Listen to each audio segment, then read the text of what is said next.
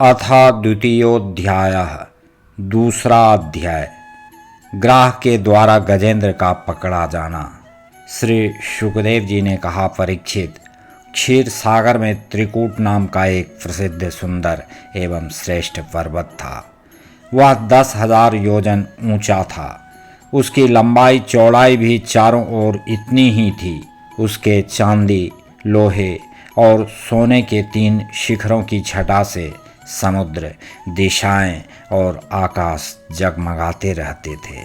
और भी उसके कितने ही शिखर ऐसे थे जो रत्नों और धातुओं की रंग बिरंगी छटा दिखाते हुए सब दिशाओं को प्रकाशित कर रहे थे।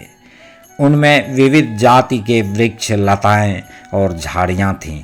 झरनों की झरझर से वह गुंजायमान होता रहता था। सब ओर से समुद्र की लहरें आ आकर उस पर्वत के निचले भाग से टकराती। उस समय ऐसा जान पड़ता मानो वे पर्वतराज के पांव पखार रही हों। उस पर्वत के हरे पन्ने के पत्थरों से वहाँ की भूमि ऐसी सांवली हो गई थी जैसे उस पर हरी भरी दूब लग रही हो। उसकी कंदराओं में सिद्ध, चारण, गंधर्व, विद्याधर, नाग, किन्नर और अप्सराएं आदि विहार करने के लिए प्रायः बने ही रहते थे। जब उसके संगीत की ध्वनि चट्टानों से टकराकर गुफाओं में प्रतिध्वनित होने लगती थी, तब बड़े बड़े गर्वीले सिंह उसे दूसरे सिंह की ध्वनि समझकर सह ना पाते और अपनी गर्जना से उसे दबा देने के लिए और जोर से गरजने लगते थे। उस पर्वत की तलहटी तरह तरह के जंगली जानवरों के झुंडों से सुशोभित रहती थी।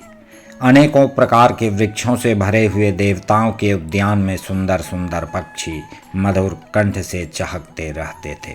उस पर बहुत सी नदियाँ और सरोवर भी थे। उनका जल बड़ा निर्मल था। उनके पुलिन पर मणियों की बालू चमकती रहती थी। उनमें देवांगनाएं स्नान करती थीं, जिससे उनका जल अत्यंत सुगंधित हो जाता था। उसकी सुरभि लेकर भीनी भीनी वायु चलती रहती थी। पर्वतराज त्रिकूट की तराई में भगवत प्रेमी महात्मा भगवान वरुण का एक उद्यान था। उसका नाम था ऋतुमान। उसमें देवांगनाएं क्रीड़ा करती रहती थीं। उसमें सब ओर ऐसे दिव्य वृक्ष शोभायमान थे जो फलों और फूलों से सर्वदा लदे ही रहते थे। उस उद्यान में मंदार, पारिजात, गुलाब, अशोक, चंपा, तरह तरह के आम, प्रियाल, कटहल, आमड़ा, सुपारी, नारियल, खजूर, बिजौरा, महुआ, साखू, ताड़, तमाल, असन, अर्जुन, रीठा, गूलर, पाकर, बरगद, पलास, चंदन, नीम, कचनार, साल, देवदारू, दाख, ईख, केला, जामुन, बेर, रुद्राक्ष, हर्रे, आंवला, बेल, कैद, नींबू और भिलावे आदि के वृक्ष लहराते रहते थे। उस उद्यान में एक बड़ा भारी सरोवर था। उसमें सुनहले कमल खिल रहे थे और भी विविध जाति के कुमुद, उत्पल, कलहार, शतदल आदि कमलों की अनूठी छटा छिटक रही थी। मतवाले भौरे गूंज रहे थे। मनोहर पक्षी कलरव कर रहे थे। हंस, कारंडव, चक्रवाक और सारस दल के दल भरे हुए थे।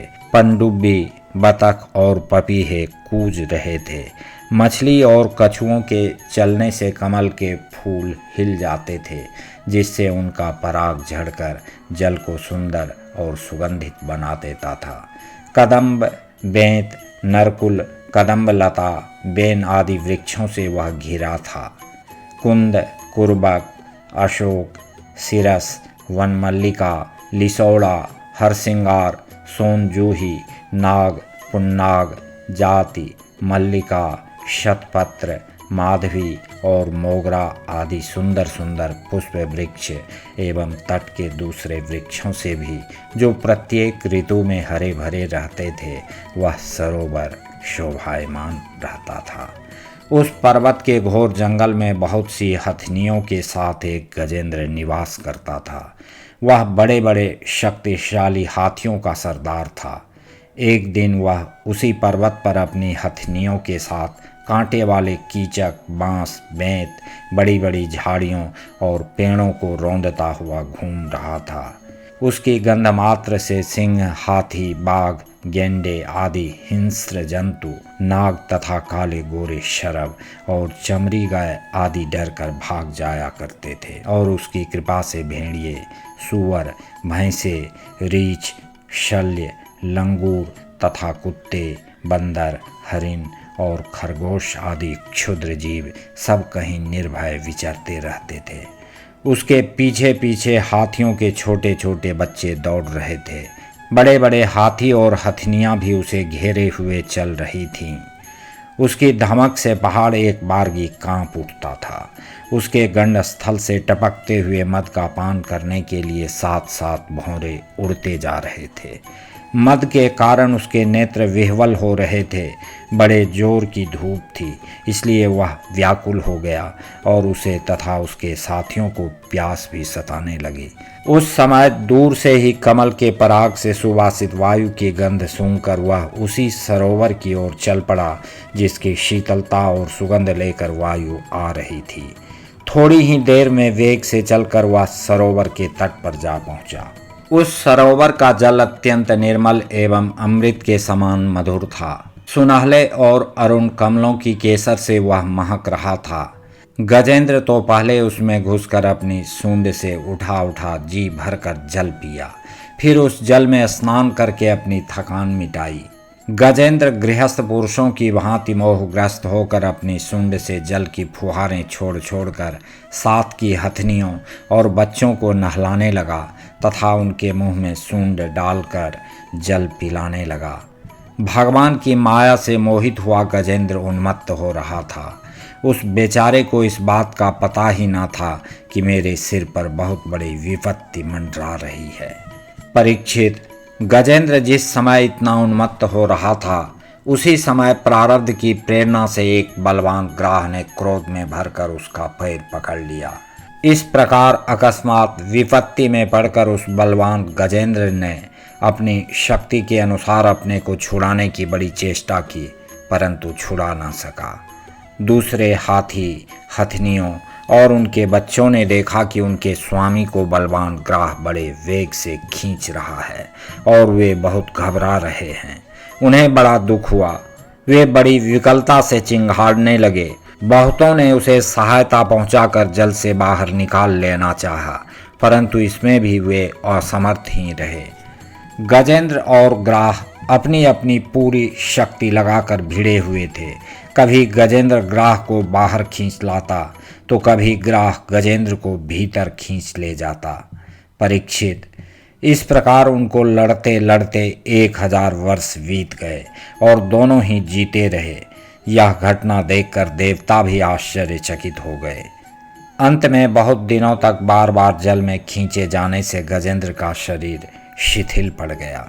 न तो उसके शरीर में बल रह गया और न मन में उत्साह। शक्ति भी क्षीण हो गई। इधर ग्राह तो जलचर ही ठहरा, इसलिए उसकी शक्ति क्षीण होने के स्थान पर बढ़ गई। वह बड़े उत्साह से और भी बल लगाकर गजेंद्र को खींचने लगा। इस प्रकार देहाभिमानी गजेंद्र अकस्मात प्राण संकट में पड़ गया और अपने को छुड़ाने में सर्वथा असमर्थ हो गया। बहुत देर तक उसने अपने छुटकारे के उपाय पर विचार किया। अंत में वह इस निश्चय पर पहुंचा, यह ग्राह विधाता की फांसी ही है। इसमें फंसकर मैं आतुर हो रहा हूँ। जब मुझे मेरे बराबर के हाथी भी इस विपत्ति से ना उबार सके, तब ये बेचारी हथनियाँ तो छुड़ा ही कैसे सकती हैं। इसलिए अब मैं संपूर्ण विश्व के एकमात्र आश्रय भगवान की ही शरण लेता हूँ। काल बड़ा बली है। वह सांप के समान बड़े प्रचंड वेग से सबको निगल जाने के लिए दौड़ता ही रहता है। इससे अत्यंत भयभीत होकर जो कोई भगवान की शरण में चला जाता है, उसे वे प्रभु अवश्य अवश्य बचा लेते हैं। उनके भय से भीत होकर मृत्यु भी अपना काम ठीक ठीक पूरा करता है। वही प्रभु सबके आश्रय हैं। मैं उन्हीं की शरण ग्रहण करता हूँ।